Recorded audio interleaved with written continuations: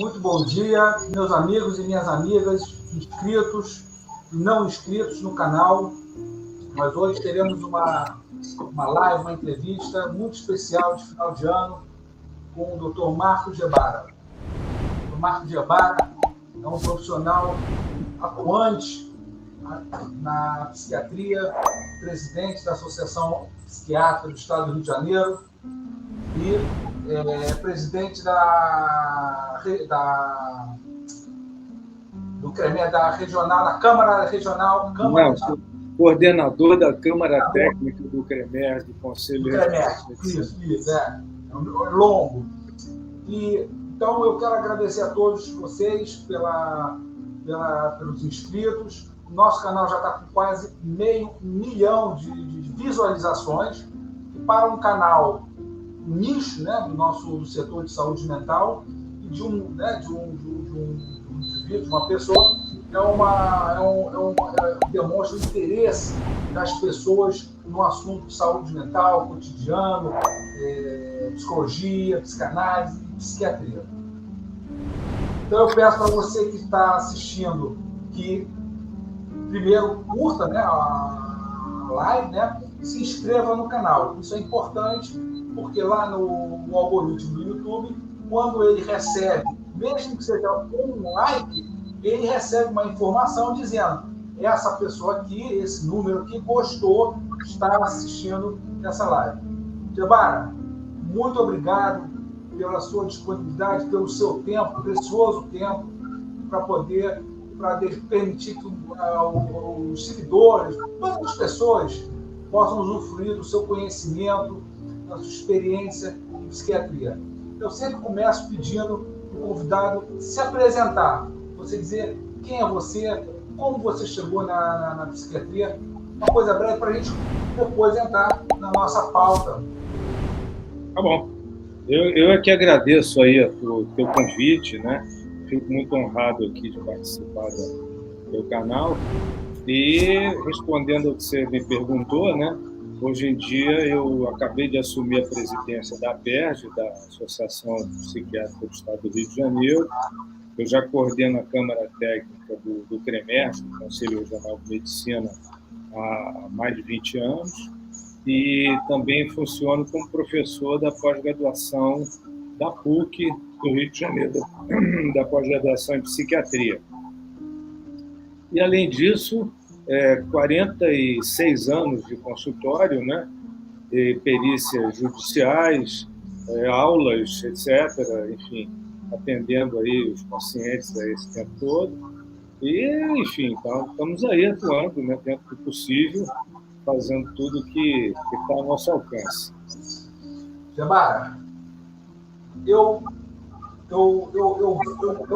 sempre olhei o teu site e pesquisei desde antes do convite. Eu já tinha um acesso, já tinha divulgado muitos dos seus vídeos na minha rede aqui da equipe.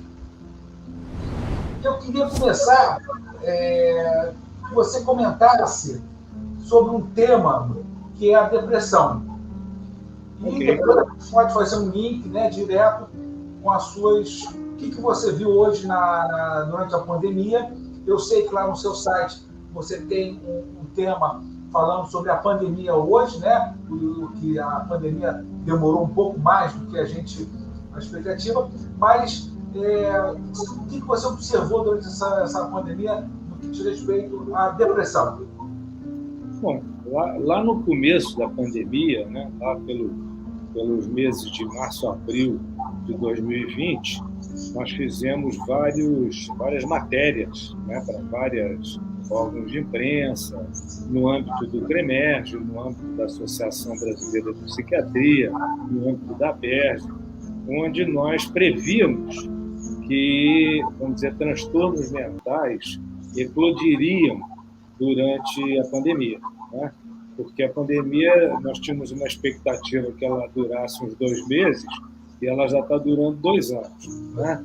Então, é óbvio que todas essas consequências que a pandemia trouxe, através de perdas, através de estresse crônico, através de expectativas muito duras, né? Através vamos dizer, perda de emprego, através de queda econômica, através de esfacelamento da economia, etc.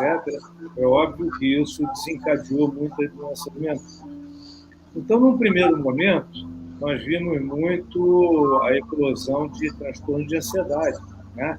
Aqueles transtornos de ansiedade agudos que eram desencadeados pelo estresse agudo relativo à pandemia. Num segundo momento, você pode imaginar, por exemplo, né, só para dar transtorno de ansiedade generalizada, o que houve de demanda em relação a isso foi incrível. Você imagina o pessoal do toque, né, que já lavava a mão 500 vezes por dia, o que aconteceu com aquele estímulo da higienização permanente da pandemia. E assim por diante, né? As fobias, todos aqueles transtornos de ansiedade que apareceram primeiro. No segundo momento, começou a aparecer, até pelo desgaste, né, que esse estresse crônico foi provocando nos pacientes, você pode imaginar que a depressão veio a cavalo, né? A depressão começou a eclodir com uma incidência muito grande. Começaram a aparecer muitos casos de depressão que eram ocasionados, na sua grande maioria, pelo desgaste do estresse crônico, né? Porque, como todo mundo sabe, o estresse crônico vai ativar o eixo hipófise pituitária adrenal, isso vai ficar descontrolado, vai esgotar os mecanismos de biofeedback, vai começar a ocorrer um processo inflamatório intracerebral, ao mesmo tempo tem metilação do DNA, isso tudo vai levar à baixa produção de neurotrofinas, que são as proteínas necessárias para o bom desenvolvimento do sistema nervoso central, e no final das contas isso vai acabar em depressão. Então a depressão foi avassaladora, né? A quantidade de pacientes deprimidos foi avassaladora. E isso transcorreu durante a pandemia inteira e está transcorrendo até agora. Nós estamos tendo que lidar com pacientes deprimidos o tempo inteiro. E mais tardiamente, outros transtornos, como, por exemplo, transtorno bipolar, esquizofrenia, aqueles que já tinham a predisposição, que tinham um pezinho na beira do abismo, caíram, né? Quer dizer, aquelas patologias onde já havia uma predisposição, o estresse crônico, toda aquela situação violenta, vamos dizer assim, de fatores estressores que incidiam sobre aquelas economias psíquicas frágeis, né?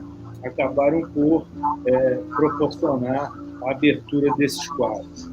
E ultimamente, nós estamos vendo até o TEPT, né, que é o transtorno de estresse pós-traumático. Pessoas que tiveram perdas lá atrás, pessoas que tiveram grandes conturbações na sua vida e que hoje estão apresentando o quadro de transtorno de estresse pós-traumático. Mas eu poderia dizer a você que o principal, vamos dizer, e o quadro mais incidente, o quadro com maior prevalência é a depressão. Eu digo a depressão doença, né? Não vamos confundir a depressão com tristeza, né? Porque a tristeza da perda é óbvio que isso ia existir mesmo, é óbvio que pessoas que perderam entes queridos, que perderam a sua estrutura de vida toda, né? Claro que a tristeza ia aparecer, mas isso é um sentimento normal. Eu estou falando da depressão doença. Depressão doença que pode existir até sem tristeza. Porque o que caracteriza mais a depressão, além do humor deprimido, né, é a anedonia, a apatia, a alergia, todo aquele corolário de sintomas, né, que são considerados sintomas cardinais. E a tristeza pode não estar entre eles, né? Então, para você fazer o diagnóstico de depressão, você precisa ter um conhecimento, né, para saber que tem alterações corporais, alterações no sono, no apetite, alterações no funcionamento, na cognição, principalmente, né? Então, eu estou falando aqui de depressão doença. E a incidência da depressão doença foi, vamos dizer, a maior dentre todos os quadros psicopatológicos que poderiam acontecer dentro desse caso. Gebara, como é que você começou a observar quais os sintomas, assim, não o sintoma do diagnóstico psiquiátrico, mas quais os comportamentos que começaram a surgir, você começou a observar que mostravam que a depressão estava emergindo, quer dizer, que as pessoas estavam ficando deprimidas. Você falou da diferença entre depressão, a patologia, e a depressão da tristeza, que é algo que todo mundo confunde. Mas como é que você começou a chegar no início da tristeza? Quais foram as manifestações das pessoas que levaram ao desencadeamento da depressão? E uma outra pergunta também, que é exatamente o contrário do que você falou sobre a disposição. Aquelas pessoas que também tinham a sua vida, o seu cotidiano, mas mesmo que tivesse um pouco de ansiedade, conseguiam administrar a sua vida. O que você comenta? Como que essas pessoas reagiram à pandemia? Ao medo? Então, vamos lá, então. Vou reenfatizar, vou ressaltar novamente que a gente não pode confundir depressão com tristeza, né? A tristeza é um sentimento normal com o qual nós temos que lidar de maneira adequada, né? E ela passa, né? A depressão é um sentimento a tristeza, melhor dizendo, é um sentimento que pode estar presente na depressão e pode não estar, tá? Mas a tristeza, ela tem começo, meio e fim, né? O luto, você perdeu um ente querido, você vai ficar triste, etc. Você vai ficar um período, vamos dizer, vivendo aquele luto, mas ele vai passar. Já no caso da depressão, a gente começa a ver aquelas pessoas que a gente conhece, que são pessoas ativas, pessoas introvertidas, que começam a se retrair. Elas começam a se retrair, elas começam a não ter ânimo para fazer nada, elas começam a se sentir fracas, elas não têm força, elas ficam apáticas, né? E principalmente elas ficam anedônicas. Aquelas situações de vida que traziam prazer normalmente para aquelas pessoas, elas ficam incapazes de sentir prazer diante daquelas situações. Então a pessoa gostava de uma série de coisas e ela passa a não gostar mais, ela passa a não ter interesse nenhum, né? E além dos outros sintomas, que seria, vamos dizer assim, eu acho que um dos principais é a perda cognitiva. O indivíduo fica mais lento, ele raciocina de forma mais lenta, ele tem mais dificuldade para compreender as coisas, ele tem mais dificuldade para raciocinar, ele tem mais dificuldade para tomar decisões, ele tem um medo, ele começa a ter temores excessivos, inseguranças. Então, decisões simples que ele tomava com toda facilidade na vida dele, ele passa a não tomar mais. Então, fica um indivíduo praticamente improdutivo, né? E você chega a quadros mais graves, onde o indivíduo não consegue nem levantar da cama. Ele não consegue fazer nada. Ele fica deitado, ele não tem disposição, ele não tem dinamismo para fazer absolutamente nada que ele fazia normalmente na vida. Então, você vê que esse quadro é um quadro depressivo e que não depende da força de vontade dele. É claro que no início ele consegue combater um pouco, mas depois não.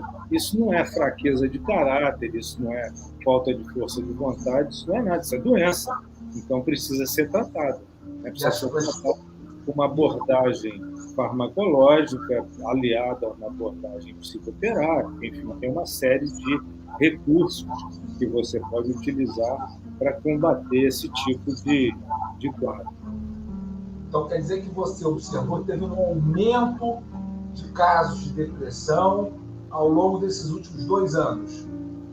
Eu não diria só depressão, Márcio. Eu diria que sim, é um aumento geral dos transtornos psiquiátricos, mas a depressão, ela predomina. Ela predominou. Gebara, como que uma família, como que as pessoas que estão perto dessas pessoas que ficaram deprimidas ou tiveram um transtorno de ansiedade. Como que a família pode ajudar quando a pessoa não consegue perceber que ela está entrando num quadro de ansiedade, irritabilidade, que também é uma das características que então, aparecem, quer dizer, o desânimo, a falta de vontade de sair, a falta de não conversa mais, não se encontra com os amigos. E a pessoa, às vezes, não consegue perceber que está assim. Qual é a abordagem que você entende ser a mais eficaz para as pessoas que estão convivendo com um paciente, uma pessoa que acometida ou que esteja entrando num quadro desse tipo? Eu diria que o papel da família é fundamental nesses casos, né?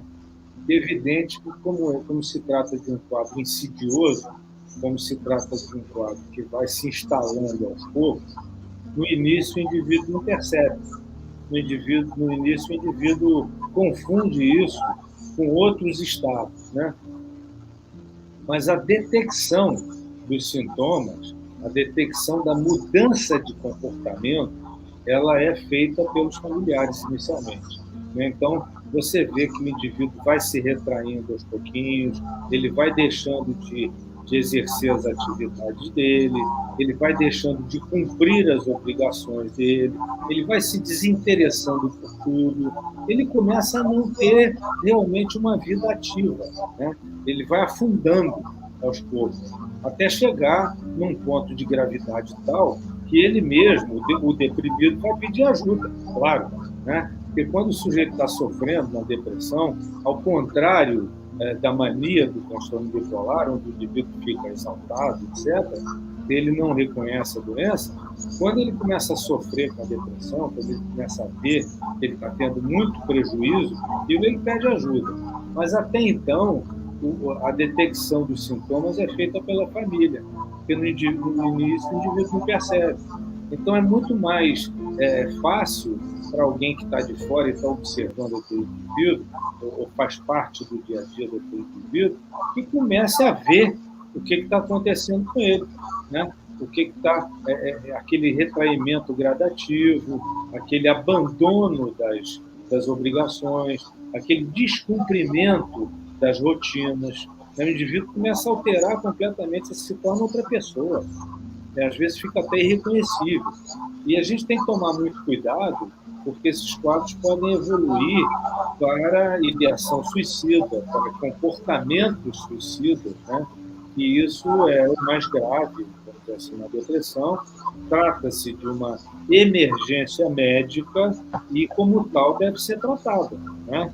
Então, se você percebe que o indivíduo está expressando ideias suicidas, que ele está dizendo que a vida não vale a pena, que a morte cairia bem, ou coisas nesse sentido, né? É bom você começar a acompanhar mais de perto e encaminhar esse indivíduo para uma ajuda especializada. Exato. Quando ele começa a planejar, então, quando você detecta, ou você percebe, ou você infere que aquele indivíduo está fazendo planejamento de suicídio, aí a situação fica muito mais grave, né? Aí muitas vezes, você tem que internar o indivíduo, colocá-lo num ambiente protegido, colocar acompanhantes, ficar perto dele, enfim, vigiar a pessoa para que ela não cometa um desatino, né? E depois é tarde para se arrepender. Você observou casos extremos ao longo durante a pandemia em função desses fatores externos, ou seja, a ameaça do vírus desencadeou atitudes extremas, como ou tentativas, ou o próprio suicídio? É claro, as tentativas de suicídio aumentaram muito nesses 2 últimos anos, né? E a gente, é claro que se trata de pacientes ou já deprimidos anteriormente, ou aqueles que têm predisposição, um equipamento genético mal aquinhoado, né? e que não tem como se defender, não tem resiliência para se defender desses ataques estressores poderosos que vêm do ambiente. Então, é claro que o aumento da ideação suicida, do comportamento suicida, do planejamento suicida, do suicídio e até mesmo as tentativas de suicídio aumentaram muito nesses últimos 2 anos. Então, isso é um fato que deve ser olhado com muita atenção pelos familiares, né? Que deve ser observado com muito critério, porque muitas vezes você deixa escapar, e aí depois é tarde para se arrepender.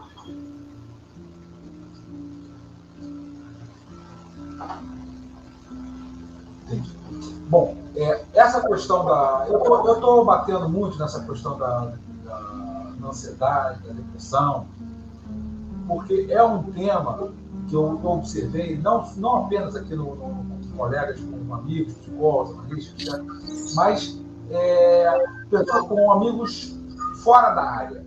Os comentários de amigos e amigas sobre conhecidos que tiveram depressão, casos de pessoas que ficaram trancadas dentro de casa, Gebara. E a gente compreende, né, que esse vírus apavorou, desencadeou talvez nas pessoas no meio da morte assim, de forma muito, muito forte. Então tem casos de pessoas que não, há pouco tempo, pessoas que não saíam de casa. Como que a psiquiatria, no caso, qual o movimento, aquela associação que hoje você preside, e talvez até a brasileira, como é que vocês formataram uma ideia de orientação para as pessoas ao longo da pandemia? Ou seja, a Associação Psiquiatras, psiquiatras, né, vocês criaram não um protocolo, mas um mecanismo de orientação, vocês criaram um espaço para as pessoas poderem tirar suas dúvidas. Como é que eu sei que você falasse para as pessoas sobre esse espaço? Olha, a Associação Psiquiátrica do Rio de Janeiro, a Associação Brasileira de Psiquiatria, o Conselho Regional de Medicina do Rio de Janeiro, o Conselho Federal de Medicina, nós fizemos várias matérias, nós fizemos vários debates, promovemos inúmeros seminários, promovemos inúmeros eventos que pudessem esclarecer esses pontos, né? Então, lá no começo, quando as pessoas estavam confinadas, a gente sabe que um dos fatores mais contundentes para o paciente em relação à depressão é o isolamento social, né? E aquelas pessoas que ficavam confinadas dentro de casa, aquelas pessoas que não interagiam com ninguém, aquelas pessoas que ficavam temerosas demais, né? Fóbicas em relação ao vírus, essas pessoas ficaram muito mais predispostas. Então, nós fizemos muitas campanhas no sentido de promover a interação dessas pessoas com outras pessoas, mesmo que por via virtual, né? Estimulamos a atividade física, estimulamos, vamos dizer, exposição ao sol, estimulamos todo tipo de atividade que era possível se fazer naquela ocasião, né? É claro que tem gente que é muito mais temerosa, tem gente que é muito mais, vamos botar entre aspas aqui, muito mais fóbica, muito mais medrosa em relação à doença do que outros, né? Muita gente não parou de trabalhar, muita gente continuou a ter suas atividades, a fazer ginástica, muitas vezes muita gente continuou a tomar sol, enfim, ir à praia, coisas do gênero, né? Coisas que eram possíveis de ser feitas. E nós estimulávamos muito isso, né? Que a pessoa fosse a locais menos frequentados, vamos dizer assim, com menos gente, para que se pudesse fazer uma atividade física, ou na própria casa, né? Onde tivesse a incidência de sol, onde tivesse recurso, espaço para fazer exercício, enfim, e interagir principalmente, né? Interagir com os outros. fazer videochamada, fazer ligar, ter algum tipo de interação, ter algum tipo de atividade, e especialmente ter uma rotina, né? Nós estimulávamos muito isso para que a pessoa tivesse horário para acordar, tivesse horário para comer, tivesse horário para estudar, tivesse horário para trabalhar, tivesse horário para dormir, porque a quebra da rotina, isso vai alterar o ciclo circadiano, e esse é um dos fatores que piora muito a depressão, né? Então, a gente fazia toda essa campanha de prevenção e eu acredito que isso tem ajudado muita gente. Com Eu certeza. acredito que... Você teve, eu agora vou te perguntar ao contrário, né? Assim, você viu casos de pessoas que te surpreenderam, ou seja, diante de uma situação de emergência sanitária, você viu pessoas que talvez a gente imaginasse que ela fosse ficar mal, e elas enfrentaram de forma com valentia, com saúde, com esperança, Claro. encontrar as pessoas que encadearam. Assim como essas situações de estresse grave, elas podem derrubar o indivíduo, para outros, elas são um fator de fortalecimento, né? Eu vou fazer aqui uma analogia, né? Quando houve, lá em 1945, a bomba de Hiroshima, Nagasaki, etc., aqueles sobreviventes, vamos dizer assim, aquelas pessoas que sobraram, né? Delas todas, 90% foram reconstruir a cidade, né? 90% tiveram força para poder reconstruir as cidades, né? Vamos dizer, diante de uma catástrofe como essa que nós acabamos de atravessar, uma boa parte das pessoas que resistiu, que tiveram altíssima resiliência diante desses fatores estressores poderosos, né? Essas pessoas cresceram. Muita gente viu, dentro desse quadro pavoroso, dantesco, deletério, etc., as pessoas viram oportunidades, né? E as pessoas cresceram, as pessoas criaram atividades compatíveis com o momento, fizeram atividades produtivas e que ajudaram muita gente também, pessoas que conseguiram crescer dentro da crise. Você tem muitos casos assim, né? É claro que o fato de você não poder sair de casa no início dificultou muito, mas pessoas tiveram atividades, criaram atividades virtuais, né? E que, além de ajudar muita gente, também ganharam muito dinheiro com isso. Ganharam muito dinheiro. Não é? Então, pessoas que se reinventaram, pessoas que criaram novas atividades, pessoas que se reconstruíram, que se reinventaram, conseguiram ganhar muito dinheiro, ficar ricas com essa situação adversa. Né? Então, aproveitando, a gente não pode demonizar essas pessoas, porque não é aproveitar da desgraça dos outros, não, né? Mas é, dentro da situação de adversidade, encontrar o caminho da criatividade, encontrar o caminho para produzir alguma coisa de útil e que seja também benéfica para a própria pessoa, né? Ou seja, a internet que antes da pandemia vinha sendo combatida, né? Existia um trabalho de pessoas não combatendo, mas dizendo que a vida das pessoas estava muito na mídia, muito na internet, e acontece, né, uma tragédia dessa, e a própria internet, que era vista, né, como uma forma de fuga, as pessoas estavam muito, como é que eu vou dizer, elas estavam cada vez mais se relacionando, usando as mídias, a internet acabou salvando, né? Muitas pessoas, muitas famílias, né? Muitos trabalhadores, né? Que tiveram a oportunidade de fazer o home office, né? Fosse uma situação diferente, como é que seria as pessoas poderiam trabalhar? Não fosse essa possibilidade da internet. você vê aqui, nós estamos na internet. Nós estamos fazendo uma atividade via internet que eu acredito que seja útil para muita gente. Não é? Então, a internet é uma faca de dois gumes nesse aspecto. Né? Que, se por um lado, aquelas pessoas mais enfraquecidas, aquelas pessoas com mais tendência à doença, aquelas pessoas com menos resiliência, elas afundaram na internet, ficaram dependentes da internet, não conseguiam sair da internet, né, e não faziam mais nada na vida. A internet quebrou a rotina dessas pessoas. A internet tornou essas pessoas verdadeiros zumbis. Por outro lado, a internet ajudou muita gente, porque nós podemos fazer atendimentos online, nós podemos fazer congraçamentos importantes online, nós falamos com os familiares, nós vimos os amigos, nós fizemos uma série de atividades. O que teve de seminário, o que teve de congressos online, o que a gente pôde aprender via internet foi uma enormidade. Né?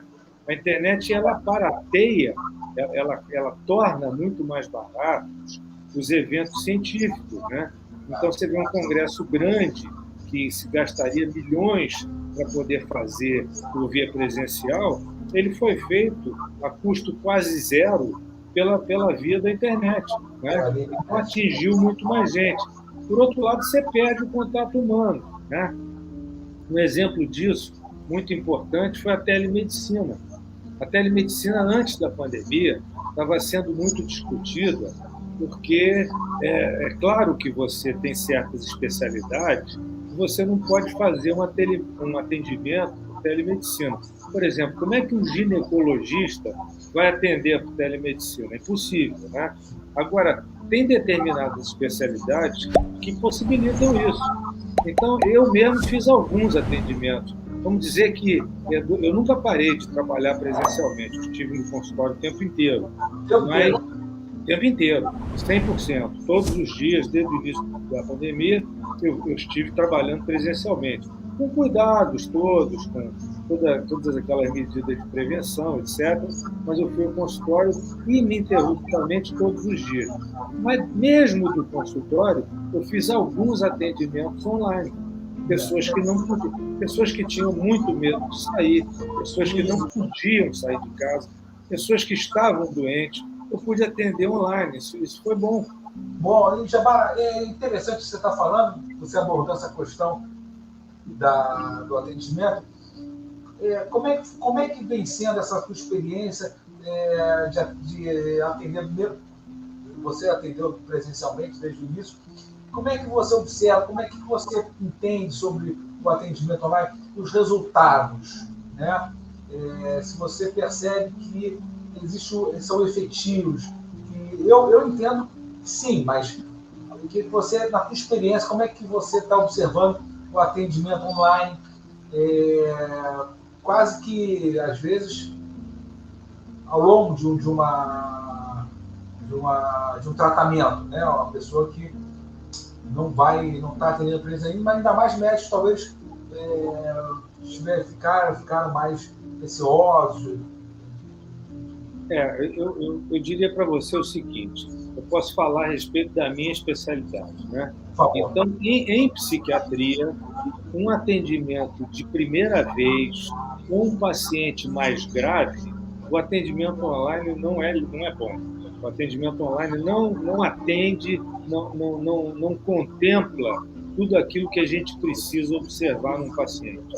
Agora, um paciente de seguimento, um paciente que você já conhece há muito tempo, um paciente que você já tem, vamos dizer assim, uma certa familiaridade com ele, esse daí não tem problema nenhum você atender online.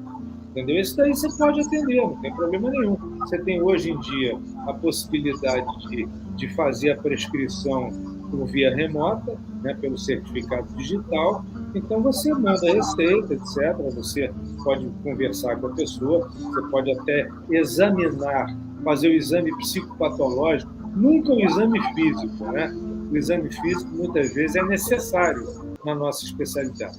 Esse exame físico é impossibilitado pela via remota, mas o exame psicopatológico na maioria das vezes, ele é possível, ele é viável. Então, você tem como fazer o segmento, você tem como fazer o atendimento. Muitas vezes, a parte de psicoterapia, você tem condições de fazer por via online, né? Então, eu acho que o atendimento presencial ele só se tornou indispensável para aqueles pacientes de primeira vez, aqueles pacientes que você não conhece direito ainda, e aqueles pacientes mais graves, que não têm a menor possibilidade de você atender por via remota. Você que está assistindo essa live, vocês vão encontrar tudo isso que o Dr. Marcos Gebara está falando no site, que é www.clinicamarcosgebara.com. Não, clínica... É www.marcosgebara.com.br. E ele tem a página no Instagram, que é marcosgebara, @marcosgebara. E vocês vão encontrar lá tudo isso que ele está falando aqui, que ele está nos dando a gente chamava de canja, né? Tem o site, né, Márcio? Tem o site, tem o Instagram, tem o YouTube, tem tudo lá. Né? As pessoas podem encontrar. Eu tenho feito vários vídeos, várias matérias, etc. Inclusive, gravado matérias que eu fiz para órgãos de imprensa, etc. Eu boto tudo lá. Então, quem quiser assistir, tá disponível lá. Né? Gebara, agora vamos passar por um assunto mais... Oi, Juliana é minha enfermeira, a enfermeira-chefe aqui, está dando boa. Doutor Pedro Paulo Azevedo também, psiquiatra, mora em Petrópolis, está te saudando também. Miriam Lopes, acredito que seja a Miriam Schuster também, está dando parabéns aqui, dizendo que está sendo muito esclarecedor. Miriam Schuster é psicanalista, eu acho que é ela, lá da Rio de Janeiro, também está te mandando, dizendo que foi muito esclarecedoras.